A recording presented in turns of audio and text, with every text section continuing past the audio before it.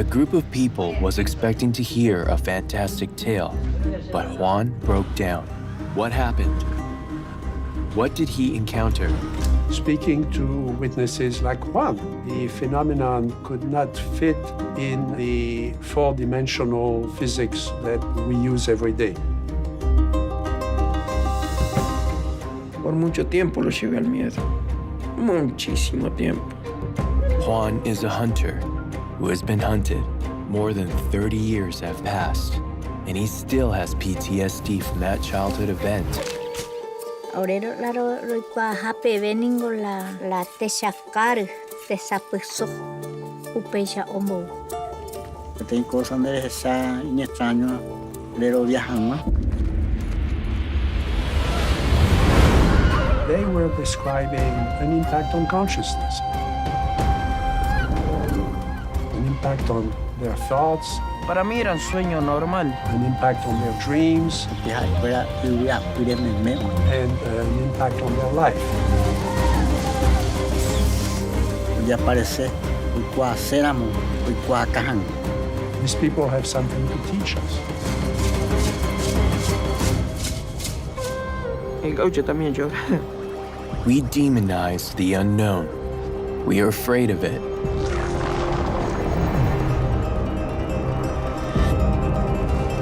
Pero via iridero, pero via tauper.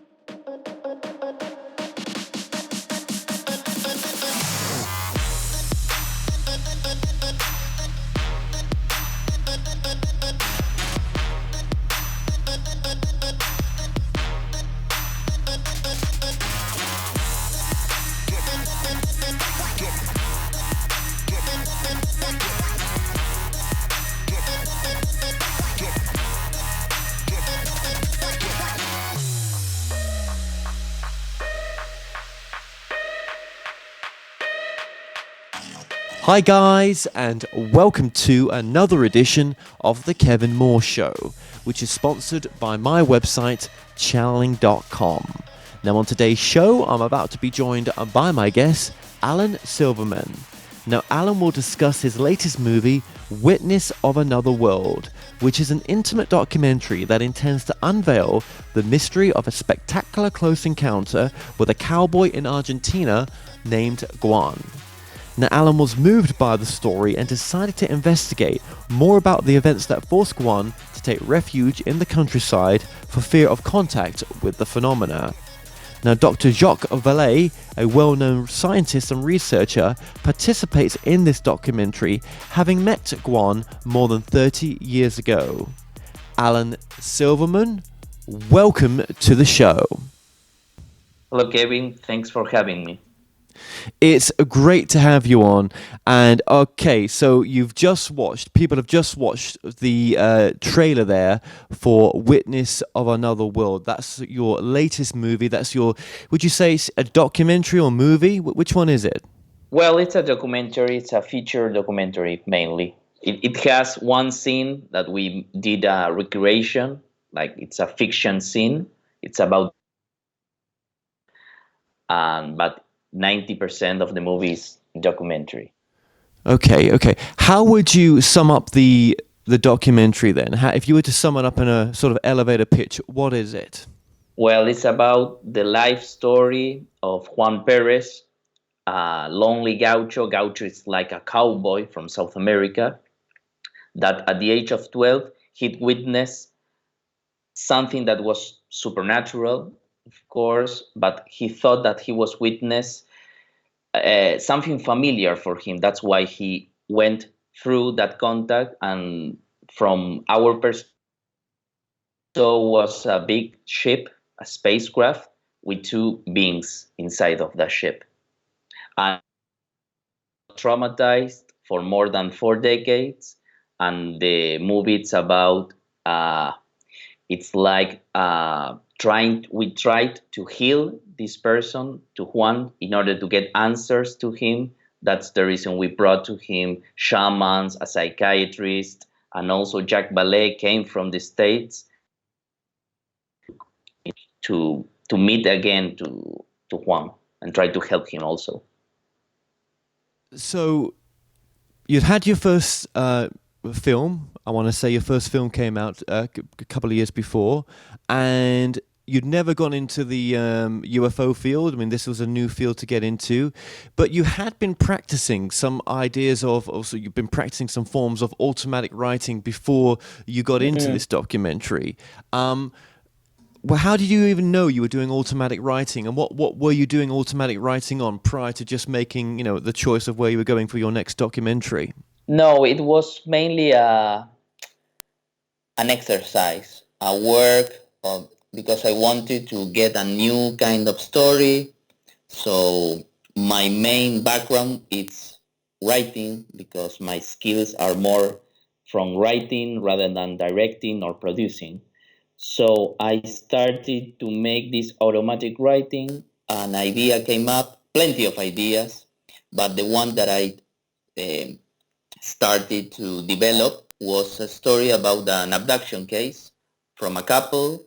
And after 30 pages, I stopped and started to read plenty of books about UFO, about the about abduction cases. And then I bought a psychiatrist and a psychologist from Argentina.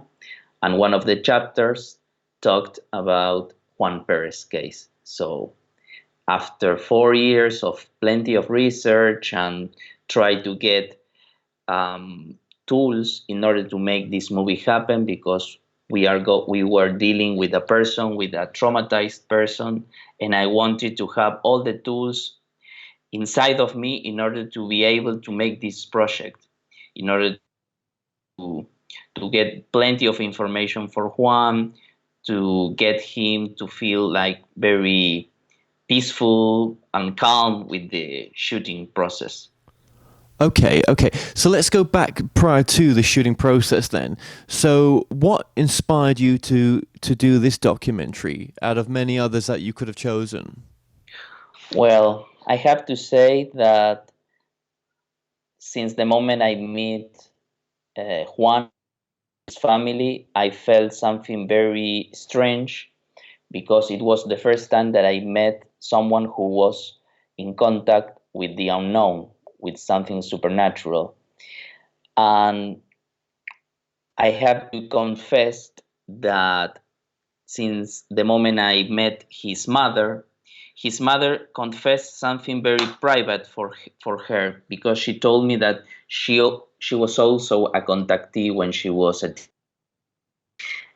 And Juan didn't know that information. So then I was shocked, but in that moment, because I realized that perhaps there is a connection between the lineage or our ancestors, the ancestors of the people who had this kind of contacts, and the UFO phenomenon.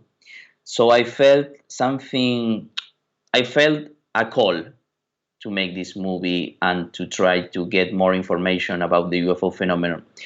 For 10 years, I was involved in the search of a lost civilization. I never thought that I was going to get into the UFO phenomenon. But when I met Juan, I felt a call for two things: to try to know more about this phenomenon and what is behind this phenomenon, and also to try to get answers to Juan, because when I said goodbye the first time that I met him, with tears in his face, he said, "Don't leave me," because he was really a lonely person in the middle of the countryside, just with his animals. So I felt a deep connection with him that I have to try to get answers. Okay, but prior to meeting Juan, how did you come across the story? That's my kind of question, I guess.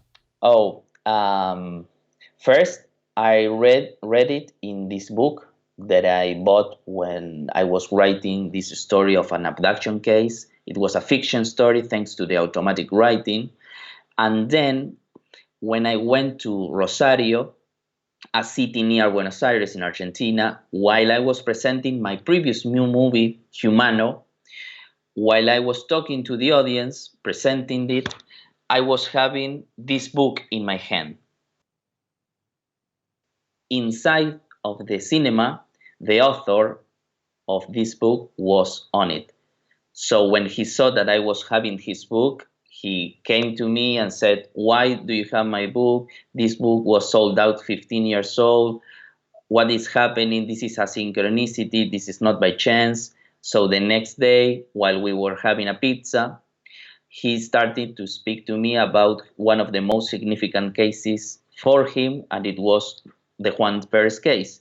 So then he showed to me a small footage of a UFO Congress in Argentina, and there it was Juan trying to speak to this audience while he was 18 years old, and he couldn't. He broke down, he stopped and said something like, "You are not going to believe me."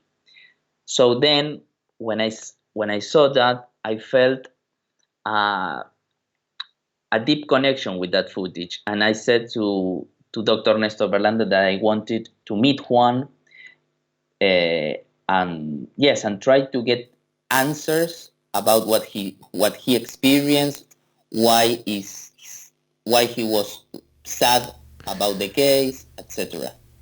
Okay. So this story really pulled you. You felt that you had to tell this story. The more you got into it, there was some deeper connection. So obviously, you've put yourself in this documentary as well. Okay. First of all, what other documentaries recently inspired you for this documentary, or was there any when you were putting this documentary together? The documentaries about the supernatural are mainly focused on the phenomenon or on the superficial aspect of the phenomenon. Source of inspiration was mainly books and plenty of researchers that I met. So, to quote someone, all the books from Jacques Vallée, Whitley Strieber, Jeffrey Kripal, John Keel. I read for 4 years. I read plenty of books about the UFO. There was books from Carl Jung, etc. So a lot of research went into this documentary. Even prior to making the documentary, you were doing your research and you were well prepared prior to that. But why did you decide to put yourself in the documentary? Because obviously this has become your journey as well. Yeah. Well, the same the same thing happened in my previous movie in Humano. I was on that movie too, and I felt that I had to be on this movie also because I was like a bridge between Juan with his trauma and the answers that it was in the other side. So I was mainly the narrator or the researcher that goes for bring those answers to Juan, etc. Okay, well, we'll get back into your part in the documentary as we just get further into this conversation as well. And I know that time's limited right now because you are a busy man right now. You've got back-to-back interviews, promoting this documentary as well. And it's well worth the watch. I've seen most of the documentary, and you've done a fantastic job, reconstructing scenes. Cinematography-wise, it looked fantastic, and you're all on a journey in that documentary, and obviously, let's just go straight into the story, bits that we can talk about, because we don't give all the documentary away here, right? There's some things, if you're not happy to just discuss, we want people to, watch it on the movie, just say. But let's just look at Juan's story. What happened to Juan that affected him so much in his life? Well, I will explain a little bit about the case of Juan. It was 6 o'clock in the morning of September 6, 1978. Juan leaves his house to go in search of the herd of horses to begin the tasks of the field. Juan rides his horse, Comet, that was the name, and gallops a few meters until suddenly 3 lights in the sky began to dance frenetically. His horse was scared. He did not want to move forward, and Juan returns home. Situation to his father. His father was very severe, very strict with him, and he said that he saw 3 strange lights in the sky, and the father ignored him completely and told Juan to return and begin the task of the field, and that's it. Juan goes back to Comet and observes that a thick fog was covering the entire field. And without fear, he decides to cross it, but his horse was little scared. It was difficult for Juan to make him move forward. So Juan, when he was crossing the fog band, Juan sees that a white circular object was landed on the ground. I want to say something. Juan, in the original reports, mentioned that he thought that he was seeing a kind of tractor or house for farm workers. He never said the word ship. I want to highlight this because Juan, throughout the experience, he always thought that he was seeing something that was familiar to him, but in a different way. A gate of the object opens and a tall being looks out and invites him to go up. A ladder descends from the ship. Juan shyly approaches with his horse, gets off, and ties the stirrups to the ladder. Juan climbs the ladder as he can. Each step is very high, but finally he succeeds and enters the ship. Juan enters a very strange space. On his left side, he observes that there is a 1.5 meters tall who is cutting meat on a transparent table. There was no blood on that meat. Instead of hands, it has scissors, and instead of feet, it has wheels. And the small being ignores the presence of Juan the whole experience. On his right side, he sees the tall being, about 3 meters tall, and he was watching monitors and making hand movements as if he were typing on a touch screen. Remember, it was in 1978. This technology was not on that time. And a very important detail is that in front of Juan, there is a transparent wall or a mirror that prevents Juan from going to the other side. It's something like electromagnetic field. Juan tries to cross the wall with his hand, but he can't. On the contrary, the small being moves from one place to another without problems. Suddenly, the gate starts to close. Afraid that his father will say that he didn't bring the herd of horses, and he was entertained. So he quickly gets off the ship and sees that the horse was injured because he hit the ladder. And after 24 hours, this horse passed away. The tall being appears next to Juan, and Juan asks him for help. Suddenly, the tall being begins to squeeze Juan's arms and scratch him. And I need to stop here because 2 things happen. While we were doing the regression to Juan after this event, a lost memory pops up, and Juan started to have a vision, or he traveled with this tall being, we don't know, but he saw something that was quite spectacular for that we had to stop the regression after 2 hours. And I don't want to make spoilers, but you have to see on the movie. Yep. Well, thank you for that. Absolutely, people will see that in the documentary as well, the feature film. And it, again, there's links below this interview to the film as well. Did they not give him some a garment on board the craft to take back home with him? But there was some sort of missing memory as well from that garment. Exactly. after that, this experience, this lost memory experience, we were not able to shoot it because we stopped the regression. But what happened after that, this tall being gave to Juan a glove from his left arm, and as a gift, because this tall being wanted to that the others believed to Juan that the experience was true. But when he was arriving to his home, 3 small lights came from this mother ship and took that glove from his horse, and he was not able to have it.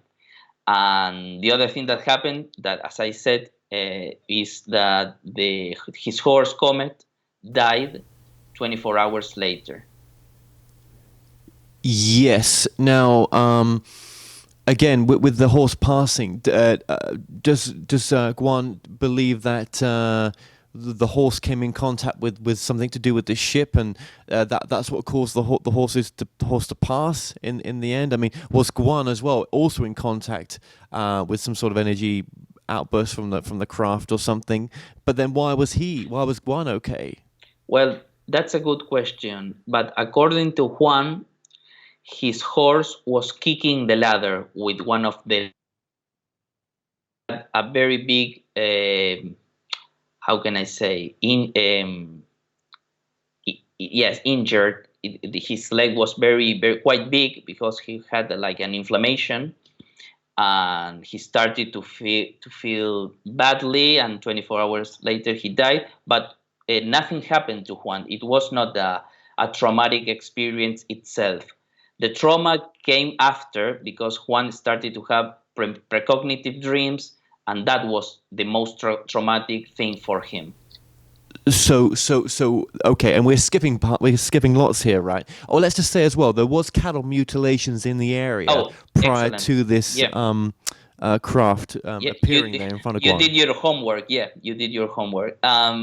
Yes, there was cows that were mutilated 2 days before the contact, and that kind of thing were not quite common in Argentina. Right. It was not. Absolutely not. And I mean, a great thing about, obviously this film is that, you're from Argentina, Juan is obviously from Argentina, and so you've got the same language. You both speak the same mother tongue, right? Yeah. And was that purposefully done in the sense that because obviously in the documentary it's subtitle driven and English spoken as well, but you could have had an interpreter there, but you kept it very much between, no interpreter. You did it directly with him, and it was that sort of journey. Yeah, and also we have another language in the movie that is Guarani. The whole purpose of this movie was to make a universal movie, because we were dealing with a universal archetype, and I wanted that the audience had that feeling that we are having a universal experience, the same that Juan had. So that was one of the reasons that I didn't want to have interpreters and nothing like that. Absolutely. And let's just go back to the abduction experience as well. We will leave it, right? But just go back. There was a mark on Juan's arm, and this mark still exists. Still exists. And I have to say something, a little anecdote, that mark saved Juan from a hard experience. But in Argentina, the military service was obligatory when Juan was 18 years old. So when he was in the medical examination, what is that? What happened to you? And Juan started to explain his whole case. And the doctor stamped on a paper that he was insane and he's not able to carry a gun. So that's the truth was the reason that why Juan skipped the military service. Yes, absolutely. And What did he say that these beings looked like? And also, while he was on the craft, there was technology there. There was touch control panels. There Yes. was other things going on, wasn't there? It's not easy to talk with Juan about the. He has all the details, but it's quite difficult to try to understand what is he saying because, for example, Juan said about the lighting of the room of this space. He said that it's dark, but at the same time very bright. How is that possible to be dark but bright? So it's like an opposite. And for example, he said that the tall being had something like an armor and a helmet, but he was able to see that behind that helmet there was a face. He saw two eyes, one nose, a mouth, and this tall being also have a very long tube, and Juan thought that it was like a tool for breathing, because this being was not able to breathe by himself. But the other being, this small one, Juan said to me that for him it was something artificial. It's not organic. It was not organic. Wow. Yeah. Okay. And was there any missing time? Yeah. The whole experience is a missing time because he doesn't know how much time this experience took. So, and there is missing time in this case, and also Juan, after 2 years that we finished the movie, Juan started to remember that he also had two other with these beings when he was 40, when he was 45, and the last experience that he had, the whole experience is a missing time and space, because he only remembered that he was on a bicycle going back to his hacienda, to his little house in the farm, and he was blocked. He couldn't move, and when he saw what was on his right side, there was a big ship, the same one that he had when he was 12, and three beings that was staring at him, and he was not able to move after that, and he cannot remember anything beyond that. Thank you so much for what you had to say there. Now, one of the key people in this documentary is Dr. Jacques Vallée. Now, this is not a man who, has made himself easy to interview. He's tucked himself away from the UFO community. Sometimes I feel he may as well not be involved in the UFO community. We're not making himself easy to access. He's done some great work in the past. He's done a great contribution to this documentary. Now, this man originally studied this case back in the, is it early 80s? He came 80s? Yes. Yeah. Yeah, you came across a book that was out of print. His story was in that book. So tell us how you got access to this man, who he is for people who may not know, and just what it meant to you to have him in the documentary. Well, Jacques Vallée, for me, is one of the most prestigious researchers for the UFO phenomenon. He's an astronomer and an astrophysicist, also a computer scientist. He worked on NASA, creating the first computerized map for Mars. He also was part of the Blue Book project, where a group of scientists got together and tried to analyze thousands of cases from the US. He also was the source of inspiration for Steven Spielberg for The Close Encounter of the Third Kind, for the character of Claude Lacombe, performance by François Truffaut. And well, I got in touch with him as soon as it was possible, because I knew that he wrote and he met Juan in the early 80s. And I wanted to go to San Francisco to make an interview to him because I wanted to know his opinion about this case, about what he thinks of the UFO phenomenon. Because while I was reading his book, I felt that this man has something very important to say, and his theories were not well accepted in the UFO community because the hypotheses of ETs are the one who are standing from others, all other kind of theories. So I wrote him a letter saying that I was doing this movie, that Juan Pérez was involved in the movie, that is the main character, and he was not feeling good. He couldn't recover after this experience that he had when he was 12 years old, and he got traumatized for 4 decades. And I also wrote him a little bit about this case because I didn't know that he will remember it after 30 years. So I also asked him for an interview in San Francisco, and that's it. A month later, an email came to me that was saying that he was truly sad on knowing that Juan was not feeling good, that he couldn't integrate the experience that he had. And also he was telling me that that I might go to San Francisco and make this interview. But at the end of this letter, he said something like, nor interrupt your project or your ideas. But I thought that it will be awesome if I can go to Argentina to stay with Juan and make another like meeting with him, because I wanted to really meet again Juan.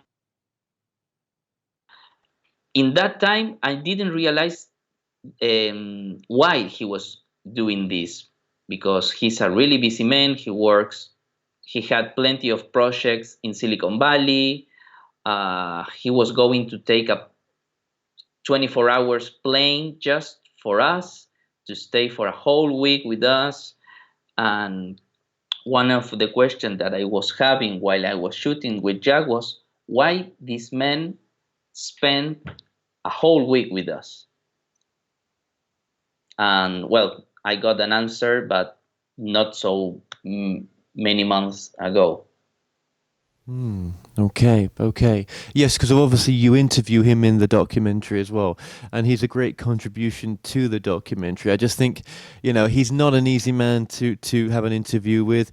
And to be honest, he probably looks at some of the UFO field and thinks that some of it's gone loopy-loop, and he doesn't want to be a part of the craziness and cultishness that's contained within some aspects of this field, because there's absolute nutters out there who lead large groups of herds with them on nonsense, and it's an unfortunate thing about that, this field as well. That that's the right. Well, in another interview that we had together, like, I'm the only UFO researcher who doesn't know what the UFOs are.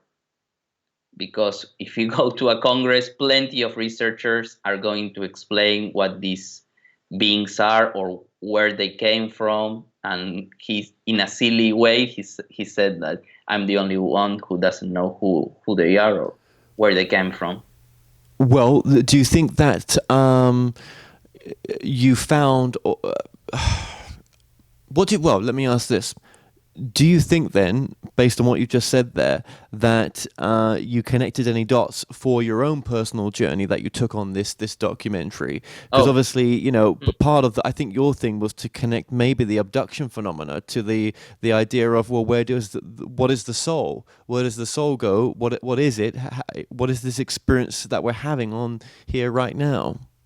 Well, the goal of the movie was to heal Juan or to try to get answers for him. But I have to confess that I also had my own questions. And I think in some way or another, I got plenty of answer, very personal, but just for me, that are not part of the movie. Because I was having plenty of existential discussions with myself. If, for example, if there is a life after death, and also if there is a connection between the afterlife and the UFO UFO phenomenon, and also if there is a connection between the lineage and the UFO phenomenon, because I was more into the idea of this is that what happened to Juan was more a shamanic initiation rather than a visit from beings from Mars or Jupiter. That was my whole perception or idea to what happened to Juan, and I don't want to get a straight answer on what happened to him. That's why in the movie you won't see that an explanation to what happened to Juan. We mainly focused on the consequences that he had. The only proof or the only evidence that we have on this case is the trauma that Juan had for more than 4 decades. And I only wanted to get onto that evidence because the mark is not enough. Passed away for after 24 hours is not enough also, and there is also a big mark on the ground, on the grass, but it's not enough. So we only stayed with the live evidence that is Sure. the trauma. Well, I mean, the trauma is in Guam as well. I mean, obviously, you know, he's going through a healing process on this documentary as well. Also, when you talk about the hypnosis earlier on, would you say it's maybe not hypnosis that you used on him? It's more of a form of something else, like a deep state of, you know. Yeah, well, do you know what I mean? It's. I know that in America, the common technique is hypnosis. In South America, it's not quite popular. It used to be, but it's not more. And what happened with Dr. Nestor Berlanda is that he's against doing these practices on witnesses. But we used another technique that is more soft. It's softer. It's like a meditation or relaxation. We don't go so deep into the mind as the hypnosis does. So the good thing of this technique is that the witness the whole experience with this regression. But obviously, with what he, you know, went down in that experience, what he got from that experience was obviously very healing, and that's again is shown in the documentary. And another form of healing he got as well was from the elders that appear in the documentary. And they, you know, I'll just very, very briefly, they did talk about these beings. They knew about these beings, and some of the answers that they gave you in the documentary were kind of out there in the sense that they even said to the point where these beings show themselves as what you envisage them to be, they will be, in a sense. Yes, in a sense, but it was quite difficult for me to understand what they were telling me because they speak in another language, but not the language that we speak. This another kind of symbolic language. Because, for example, Plutarco told me that they are the Tupamiri. Tupa means God, for example. Amiri are little. So for them are little gods. And the other thing that he told me is that these beings lives in a realm next to us. So he was telling me something that they come from another dimension that it's quite linked to ours, and sometimes and they have a technology or a bridge that they are able to jump from this side to our reality, to penetrate to our reality.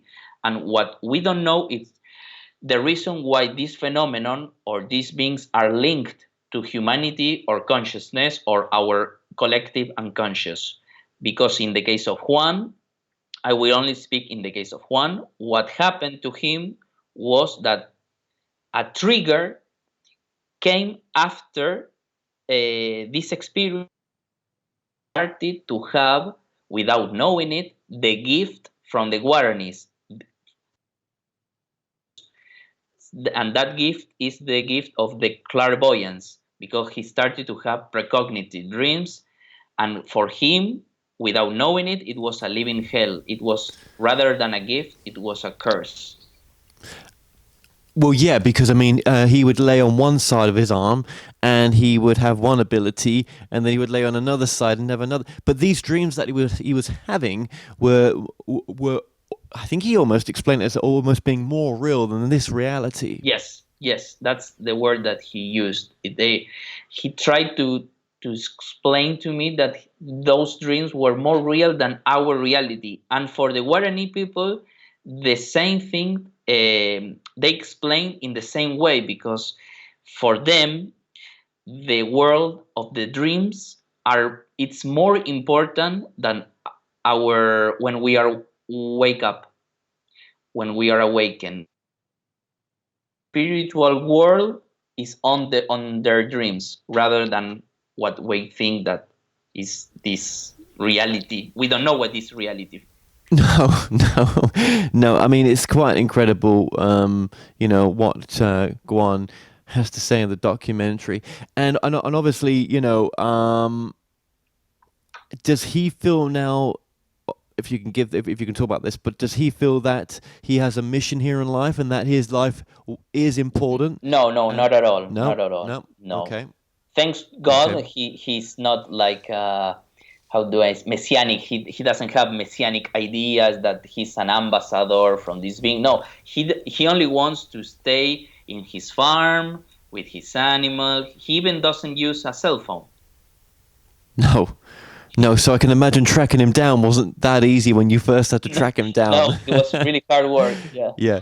Yeah, because you also tracked down people who had experiences near the time as well. Because obviously Jack Valet, he documented that there was other craft that were around at the time as well, and you traced those people even 6 hours away by car. You know where they're living now. Yeah, so you went all over the place to investigate this, which is fantastic. And it was not an easy job, but thanks to Jack alerted me that there were other cases in the same area on the same week. Absolutely. Yeah. Does he have much an involvement now in the UFO field, Jack Valet? Is he doing much? Or the last time that I saw him was in May in California, and he talked to me about he's really happy now because he got back into not the field, into the hard science, because he's working on a lab with metamaterials. This material, he go into some places and countries trying to find evidences of UFO crashes and the materials that are in the ground, and he got those materials and put it on the lab. So now he's doing a pretty good job. Very classified, in silence. Yeah. Interesting. Okay. And with Guan, I mean, why do you think, as the filmmaker, why him?